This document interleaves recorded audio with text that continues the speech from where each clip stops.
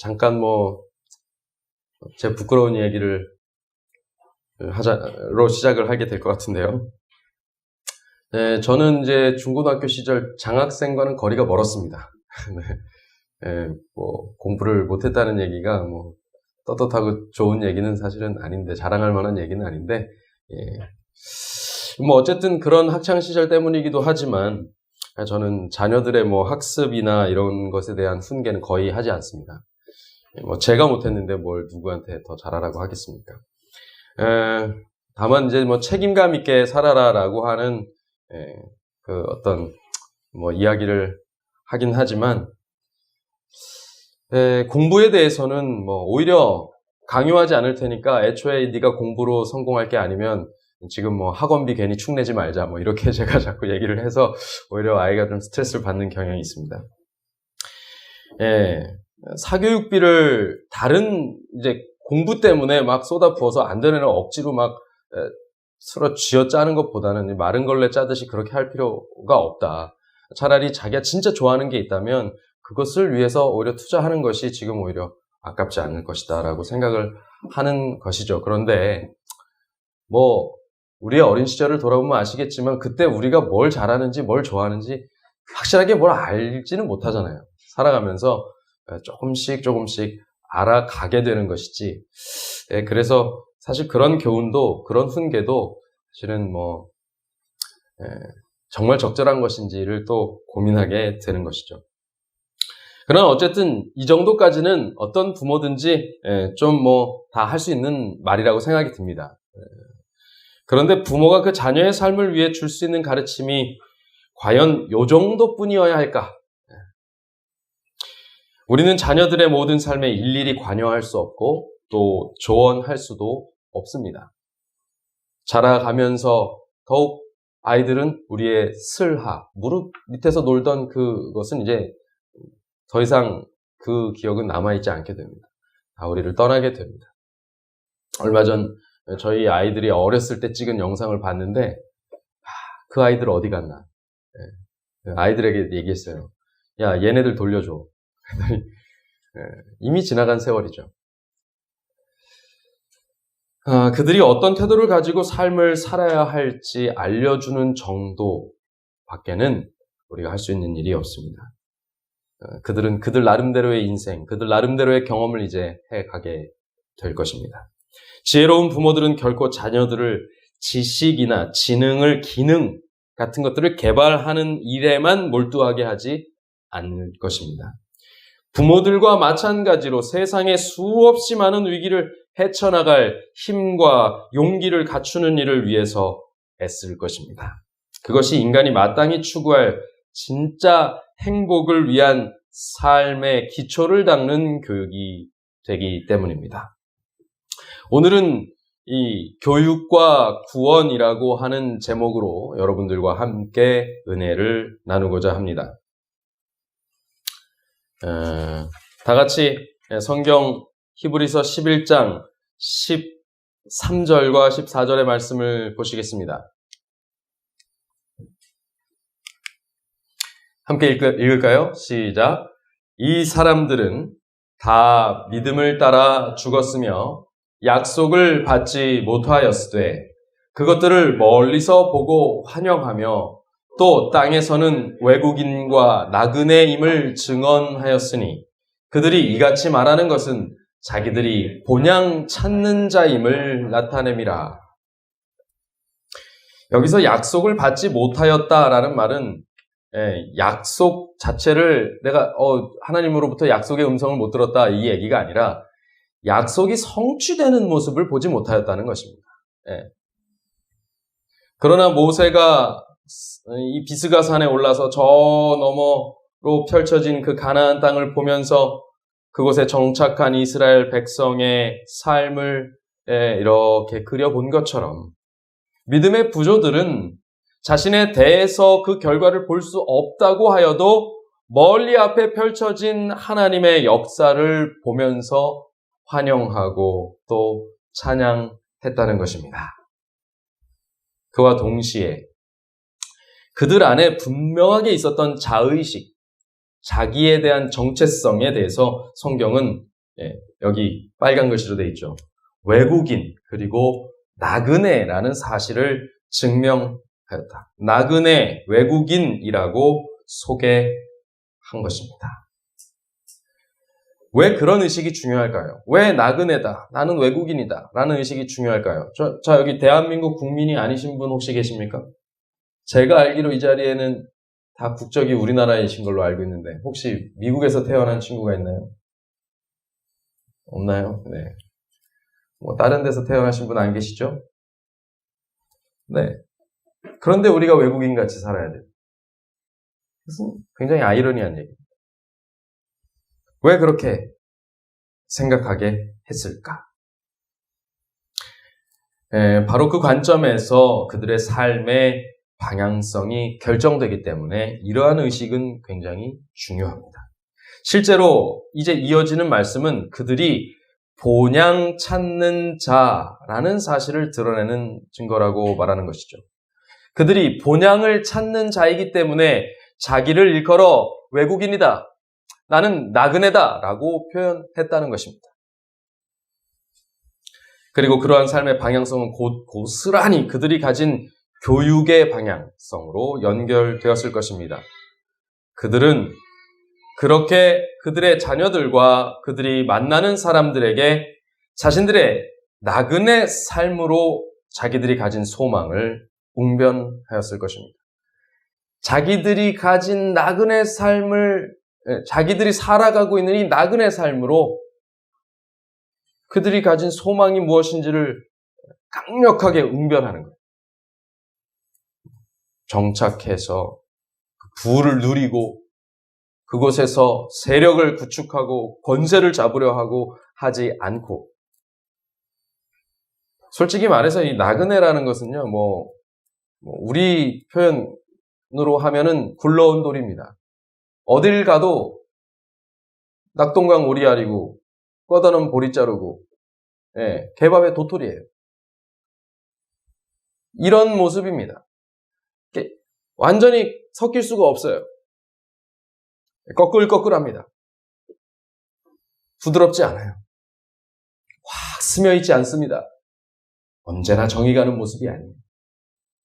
뭔가 어색하고 뭔가 거리감이 있는 그런 모습으로 살아가는 것입니다. 여러분, 여러분의 터전에서, 여러분의 그 가족 내에서, 또 여러분의 학교에서, 여러분의 직장에서 그런 존재가 되고 싶은 분 계십니까? 사실 인간에게 있어서 큰 욕구 중에 하나가 바로 소속감의 욕구입니다. 어딘가 소속이 되고 싶어요. 그리고 누군가 내게 소속된 것을 원해요. 서로가 그렇게 의지하면서 살아가고 싶어 합니다. 근데 나그네의 삶은 그런 것이 없어요. 그저 뜨내기입니다. 그것은 쓸쓸하고 고독한 삶을 넘어 때로는 비참하게 느껴지는 삶일 수 있어요. 그런데 우리 믿음의 부조들은 그러한 삶을 자신의 정체성으로 삼았다는 거예요. 자아의식으로 삼았다는 것입니다. 자, 함께 이 말씀을 읽겠습니다. 시작. 그들이 나온 바 본향을 생각하였더라면 돌아갈 기회가 있었으려니와 그들이 이제는 더 나은 본향을 사모하니 곧 하늘에 있는 것이라. 이러므로 하나님이 그들의 하나님이라 일컬음을 받으심을 부끄러워하지 아니하시고 그들을 위해 한 성을 예비하셨느니라. 그런데 여기 보니까 그들이 나온 바 본향을 생각했다면 돌아갈 기회라도 있었는데, 다시 말하면 예를 들어서 아브라함 같은 경우에 갈대아 우르에서 나왔어요. 그러니까 그가 갈대아 우르를 향해서 갈 것 같으면 거기 가면 내 동족들이 있고 내가 나고 자란 그 동안에 어울렸던 모든 사람들과 그 풍광들이 있으니 그곳에 가면 내가 다 안정적으로 정착할 수 있을 것이다 라는 소망이 있었다면 돌아갈 기회가 있는 거예요. 그건 육신의 땅이니까, 이 세상의 땅이니까 돌아갈 곳이라도 있어요. 그런데 이 나그네 길, 이 외국인으로서의 정체성, 근데 이 외국인의 시민권이 어디 있냐면 하늘에 있어요. 그들이 말하는 본향이라는 것이 하늘에 있는 것입니다. 그러니까 그들이 당장 갈 수가 없어요. 당장 볼 수도 없어요. 당장 만질 수도 없습니다. 그곳에서 살아가는 사람들이 누가 될지 도무지 알 수가 없어요. 예, 막말로 여기서 누가 구원받고 누가 구원 못 받을지 몰라요. 그래서 누가 진짜 하늘 식구가 될지 모르는 거예요. 우리 소망은 다 같이 갔으면 하는 바람이지만 그렇게 될 수 없을 수도 있다는 거예요. 정을 다 못 줘. 그래서 정을 못 받는 것도 슬픈데요. 정을 못 주는 것도 사실 슬픈 일입니다. 그런데 성경은 여기서 빼놓지 않고 한 단어를 씁니다. 여기 뭐라고 돼 있어요? 다 같이 읽어보겠습니다. 시작. 더 나은 번향. 성경, 특별히 히브리서는 더 나은, 더 좋은으로 가득 차 있는 성경입니다. 계속해서 우리로 하여금 무엇을 바라보게 하냐면 너네 현실은 나그네야. 너네 현실은 뜨내기야. 너넨 여기, 너네 기업이 없어. 라고 말하면서 도리어 뭘 얘기하냐면 사실 그런데 더 나은 곳에 너희 것이 있어. 더 나은 것이 너희의 소망이야. 라고 소개하는 것이죠. 더 나은 본향.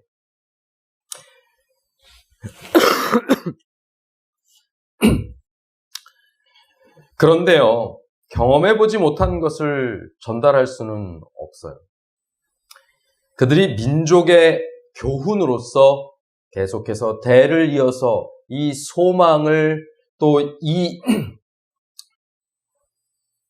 이 본향을 전달하고 교육시키는데 겪어봐야 뭘 말을 해줄 거 아니에요? 여러분, 옆으로 걷는 개가 앞으로 걸으라고 말하면은 그게 본받아지겠습니까? 배워지겠어요? 도대체 앞으로 걷는 게 뭐예요? 라고 물어볼 것입니다. 종종 참 설교자로서 굉장히 큰 부담 중에 하나가 그거예요. 내가 지금 하는 소리를 나는 알고 있나? 내가 지금 전하는 이 말씀을 나는 경험했나? 이건 굉장히 저에게 큰 도전이자 또 과제입니다.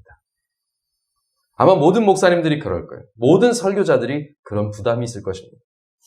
그리고 아마 모든 부모들이 그 자녀들에게 교훈하면서 속으로 뜨끔뜨끔하는 것이 바로 이 부분이 아닌가 싶어요.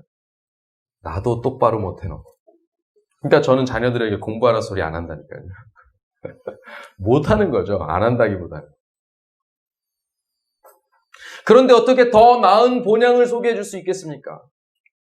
현빈아, 우리 더 나은 본향 가자. 네, 대답을 잘했는데 그게 어딘지 알아? 몰라요. 누구도 가르쳐 준 적도 없고 보여준 적도 없어요. 그래서 현빈이는 지금 몹시 졸려요. 왜냐하면 목사님이 하는 말을 도무지 알아들을 수가 없거든요. 다 이해합니다. 아마 하나님께서 하고 싶으신 말을 우리도 다 못 알아들을 거예요. 더 나은 본향이라고 성경에 설명은 해놓으셨지만 우리는 그것을 겪어본 적이 없어요. 진짜 눈으로 본 적이 없습니다. 그런데 계속해서 성경, 특별히 히브리서는 더 좋은, 더 나은, 계속해서 우리에게 마치 뜬구름 잡는 것 같은 소리를 계속하고 있어요. 실제로 많은 그리스도인 자녀들이 그 부모들의 신앙을 이해하지 못하는 경우가 바로 이런 것 때문이 아닐까 생각해 봅니다.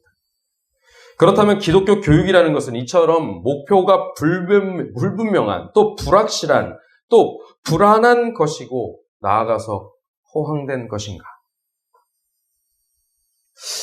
정말 그럴까? 이게 이 설교를 하다 보니 버튼 누르는 걸 자꾸 까먹습니다.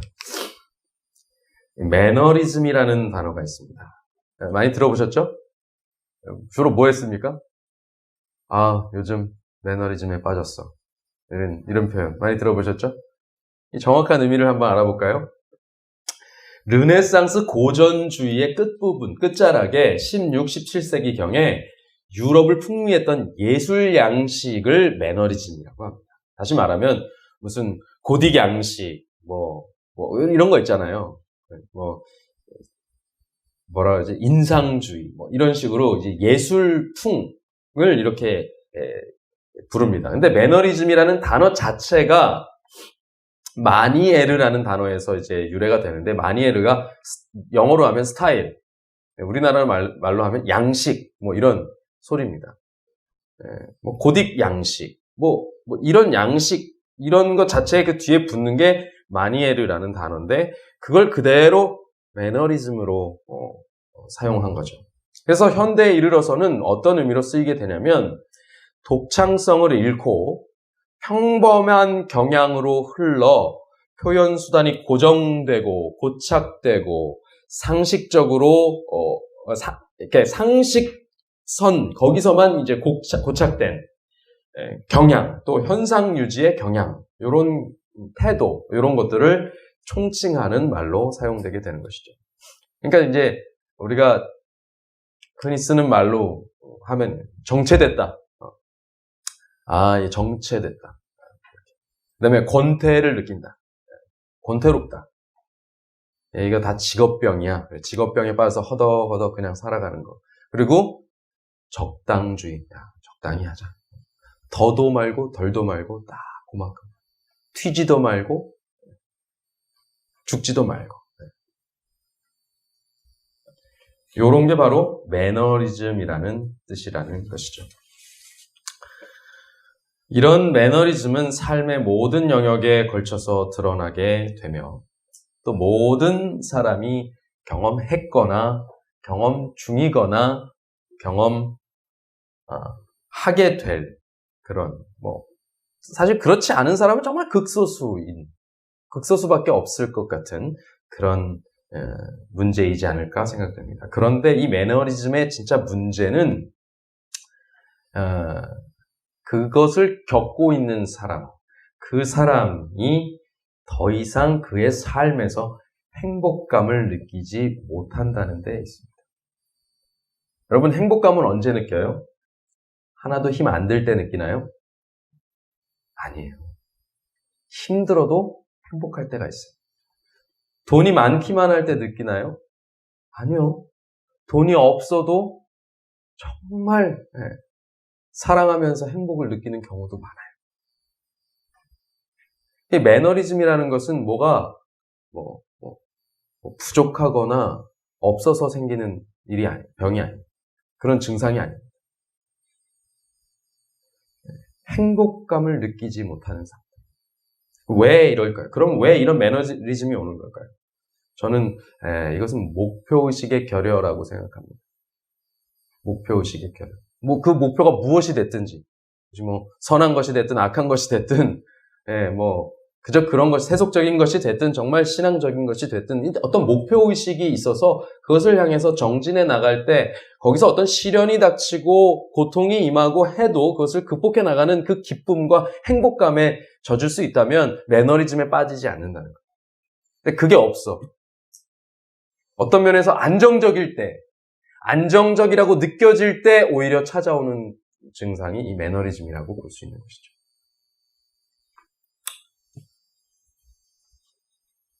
외부적인 요인이든 내부적인 요인이든 날마다 그의 가슴 속에 새로운 목표가 차오르지 않기 때문에 벌어지는 증상. 아니, 목표라고 생각한 것들이 그저 허무한 것들일 뿐임을 깨달았기 때문에 일어나는 증상일 수도 있는 것이죠. 저 목표를 정해놓고 막 달렸어요. 예를 들면 어느 대학을 딱 찍어놓고 막 달렸어요. 그리고 대학에 합격하는 순간 우와 좋은데 그 감격의 끝이 씁쓸한 것입니다. 이제 어떻게 살아야 되지? 새로운 목표가 제시되지 않으면 안 되는 것이죠. 다행히도 그 학교에 정말 훌륭한 교수진이 있다거나 정말 존경할 만한 선후배 동료들이 있다면 또 어떤 정말 이렇게 내가 목표로 삼을 만한 프로젝트들이 있어서 거기 탁 투신해갖고 뭔가를 할 수 있는 것들이 길이 제시된다면 그는 다시 한번 또 새로운 목표를 설정할 수 있겠지만 그렇지 못하다면 소위 우리가 사용했던 단어들이 있죠. 먹고 대학생. 맨날 술 퍼마시고 놀고 대학생.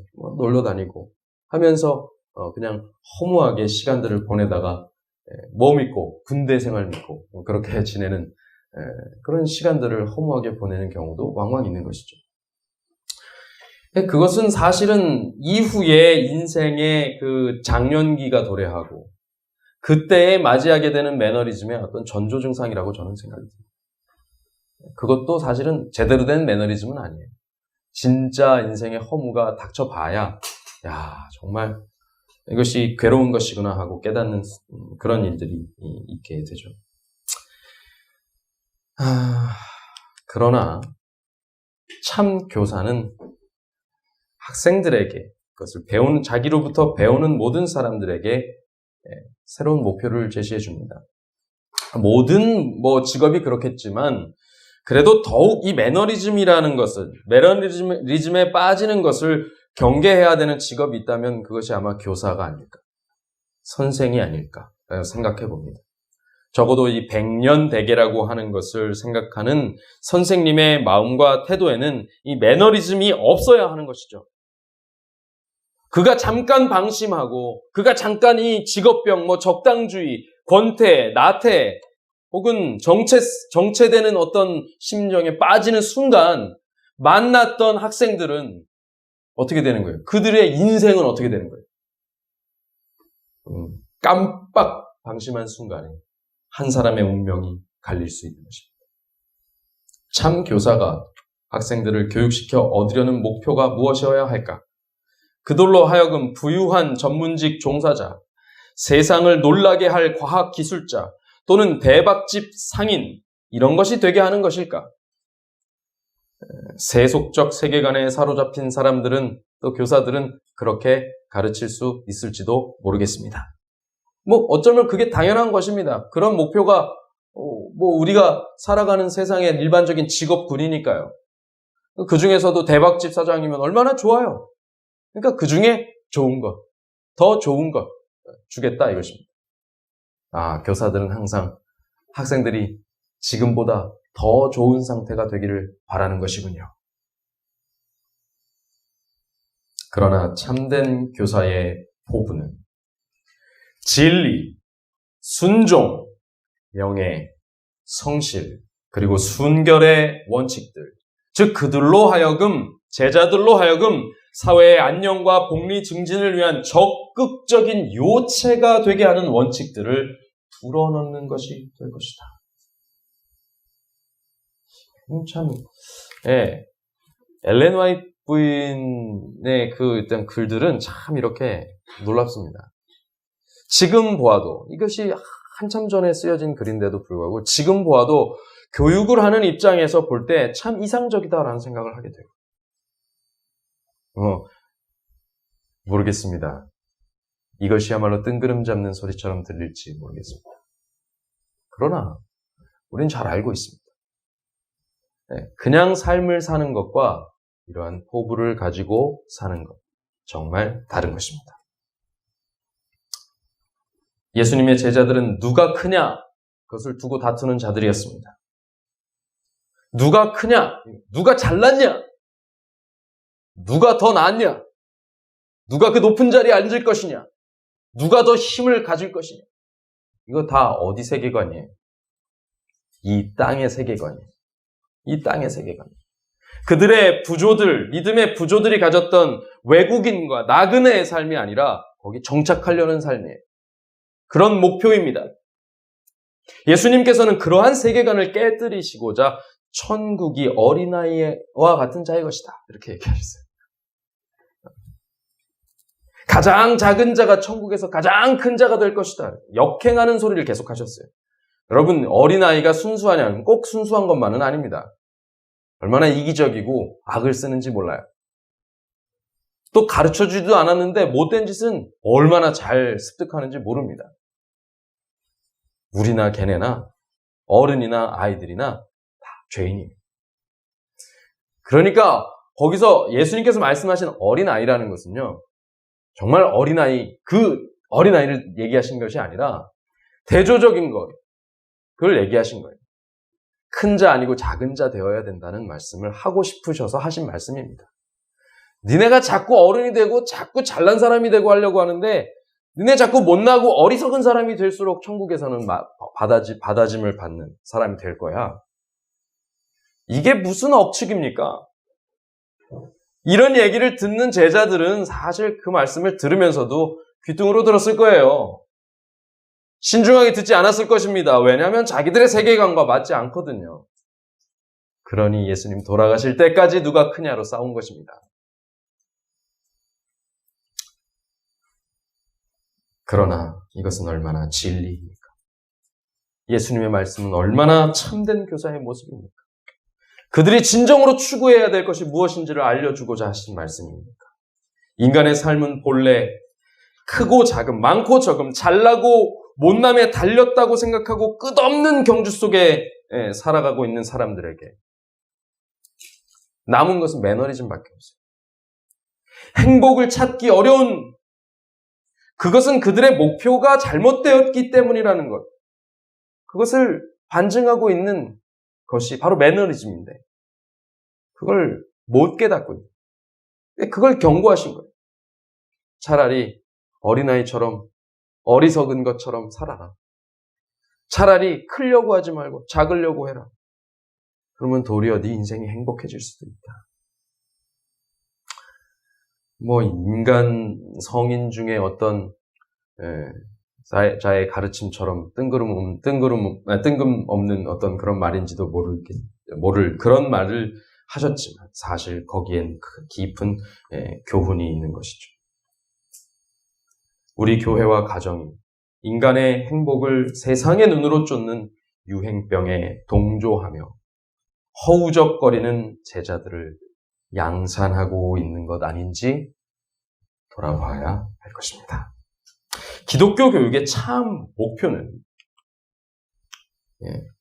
학생들이 세속적 세계관의 영향을 받은 유행병으로부터 벗어나 그리스도와의 깊은 교제로 들어가고 하나님을 아는 지식에 뛰어나게 되는 것입니다.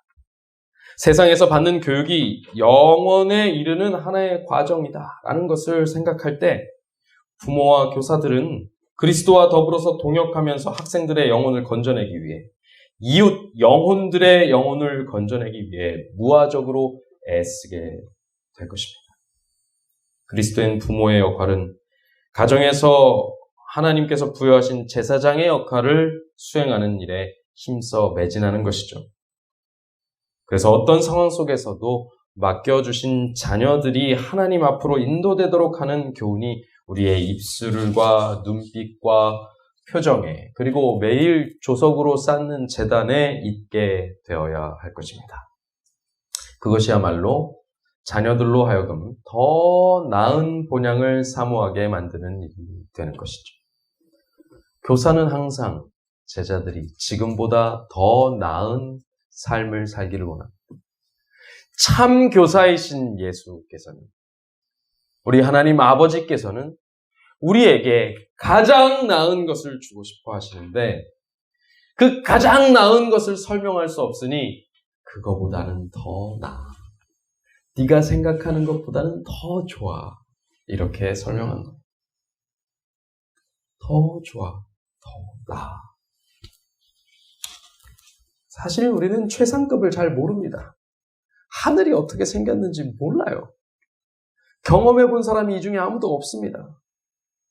지금보다 나아라고 추측하게 만드시는 교육법이에요. 그게 끝이라고 볼 필요가 없습니다. 사실 하늘은 최상급입니다. 최고로 좋은 것이죠. 이 땅에서 우리가 잠깐 사는 것이 무엇인지 맛봅니다. 사실 우리는 사는 게 아니에요. 이 100년 남짓 사는 것은 존재하는 것이 아닙니다. 그냥 흔적도 안 남습니다. 이 영원 전부터 영원 후까지의 이 우주의 그 어떤 시간표에 점 하나도 못 찍는 게 바로 우리 존재들이에요.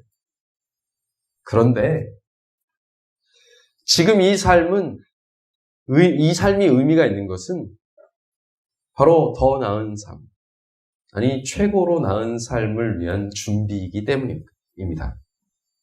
우리에게 그 삶을 통해서 맛을 보라고 하시는 거예요. 느끼라고 하는 것입니다.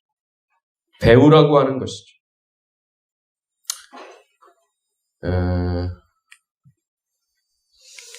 사람이 남성과 여성으로 이루어져 있기 때문에 하나님께 어떤 이 성이 있을 거라고 주장하는 사람들이 있습니다. 이 젠더가 있을 거라고, 이게 남성이든 여성이든 뭐든 있을 거라고 생각하는 사람들이 있어요. 그렇게 어떻게 그렇게 생각할 수 있는지 참 신기한 일이지만, 여러분 그런 식으로 계속 생각한다면 우리 모두가 육신으로 온 예수님, 하나님이신 예수님, 그죠? 그 중동 지역의 어떤 남자의 모습으로 통일되어야 되는 거 아닙니까? 그래, 하나님의 모습을 닮았다 할 때 예수님이 중동 어느 남자의 모습으로 오셨잖아요. 예? 그럼 우리가 다 그 모습으로 통일되어 있어야죠. 왜 그렇게 안 해요? 이상한 일입니다. 그러니까 하나님을 어떤 형상에 가두려고 하는 그런 어리석음. 여러분, 이제는 제가 다리 밑에서 주웠다 그래도 자존감의 스크래치조차 받지 않는 저희 아이들 중에 딸도 있습니다. 그리고 그 딸이 사실 아들보다 저를 더 많이 닮았어요. 네. 이게 무슨 멀쩡한 딸내미 시집 못 보낼 얘기를 하냐 이렇게 생각하실지 모르겠지만, 그게 외모의 문제가 아니라 성품의 문제를 말하는 것입니다. 그게 참 딸이 저를 더 많이 닮았어요. 얘기하고 보니까 더 나쁜 소리를 한 것 같네요. 그게 진짜로 사람을 닮았다는 소리라는 생각이 듭니다. 물론 학습되는 것도 있겠지만 타고난 성향 자체가 정말 가르쳐주지도 않은데 어떻게 나의 어릴 적과 저렇게 똑같을까 하는 것도 있어요. 제가 말은 못해요. 왜냐면 내가 이제 그거 고쳐줘야 돼서 훈계를 해야 되거든요. 그러니까 참 넌 나랑 똑같다라고 말을 못하고 언젠가는 해야 되지 않을까 싶습니다. 사춘기도 지났으니까. 진짜 사람을 닮았다. 이것은 하는 짓이, 생각하는 바가, 그 느끼는 것이, 보는 것이, 방향성이, 성품이 닮은 것을 말해요. 얼굴 생김새는 정말 일부에 불과한 것입니다. 엘렌 화이트는 교육의 목적을 정의하면서 이렇게 얘기합니다. 같이 읽어볼까요? 시작. 인간 안에 창조주의 형상을 회복하는 것.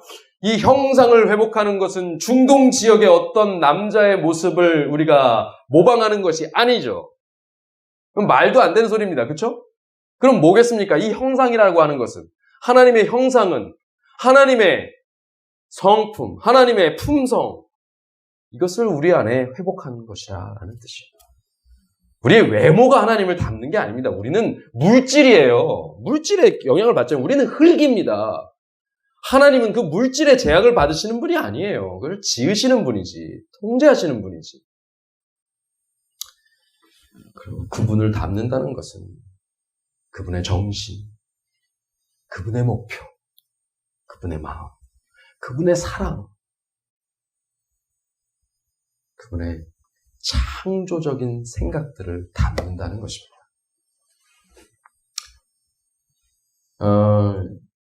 우리가 하나님의 자녀로서 살아가게 되고 그분을 닮아가는 것, 그것은 우리 안에 하나님의 성품을 회복하는 것이고, 그것이 참 교육의 목표가 되어야 하는 것입니다.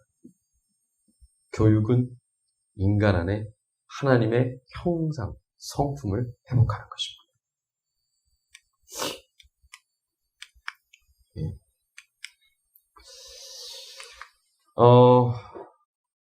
이 말씀을 우리가 함께 읽겠습니다. 시작.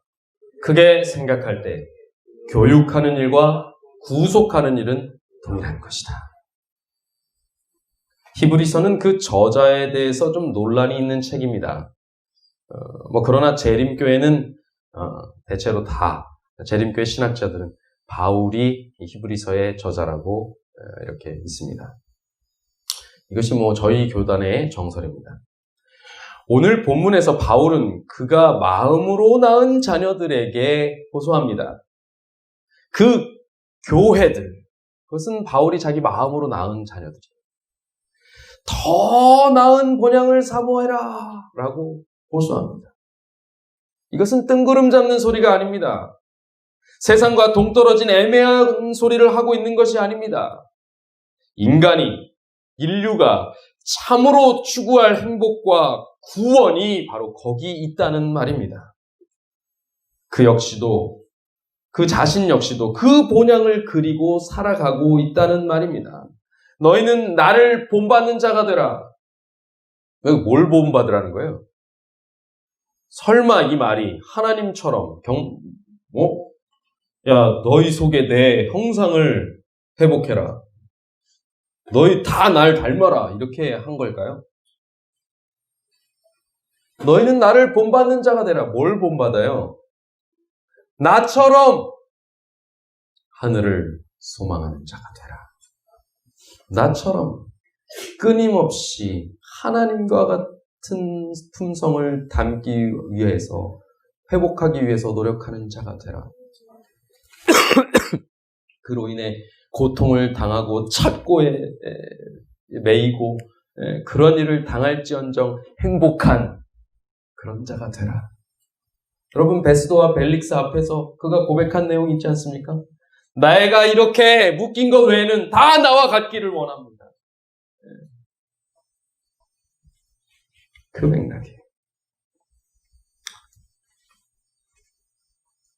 그것을 교육하는 것이 그에게 가장 중요한 일 중 하나였고, 바울은 그의 생이 다할 때까지 매너리즘과는 전혀 관계가 먼 사람이었다는 것을 우리는 잘 알고 있습니다.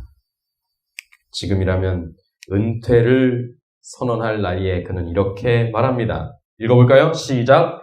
내가 달려갈 길과 주 예수께 받은 사명, 곧 하나님의 은혜의 복음을 증언하는 일을 마치려 하면은 나의 생명조차 조금도 귀한 것으로 여기지 아니하노라. 아멘.